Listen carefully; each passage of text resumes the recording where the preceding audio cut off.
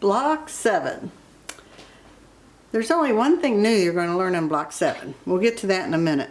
The first thing you want to do is to press your center square, your D center square, and then the triangles that go around it, just like we've done before. And you're going to make this unit, and after you make the unit, you're going to trim it to 6.5 inch square.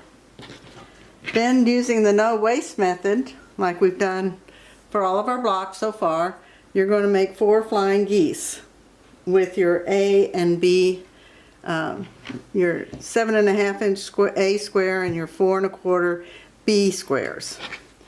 Then what's new is you're going to make some half square triangles. And so far this year we haven't made any half square triangles. So with your 4 inch squares, your A and your C, you're going to pair them together. You're going to use your little marking tool and you're going to mark the 3 lines. So just on the inside of each of the 2 outside lines, and then you're going to cut them apart with your rotary cutter. And after you do that, you'll have 2 half square triangles. Now these half square triangles are just barely oversized, so you'll need to trim them down to 3.5. And I like to use my square block ruler to trim these down to 3.5. So the thing to remember about this block ruler is that this is considered the logo, what's written where it says block.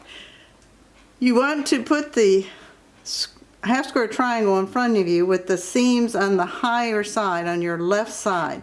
So if you look at this, hopefully you can see through my fingers, and you see all the seams are pressed on this side, onto the left side of that's called the high side of the triangle.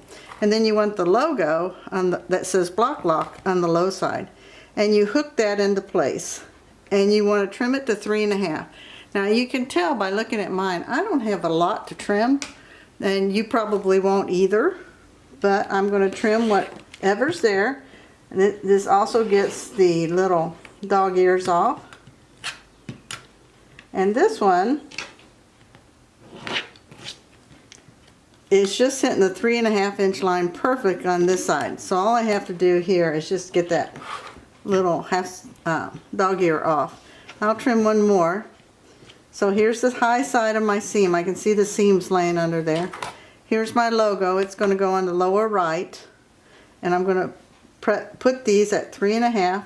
See, now this one isn't as cooperative because I have a little bit hanging off over here. So this is probably really what's going to happen to most of your half square triangles.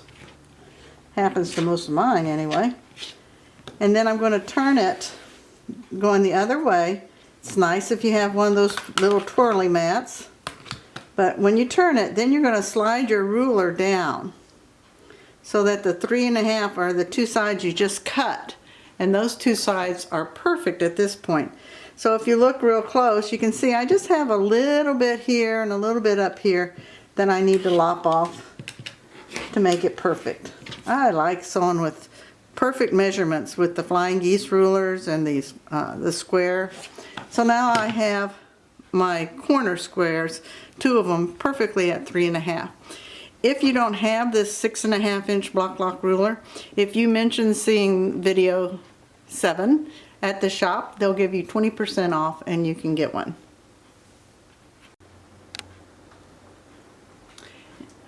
Once you have everything trimmed, this block will go together just like block 6 did.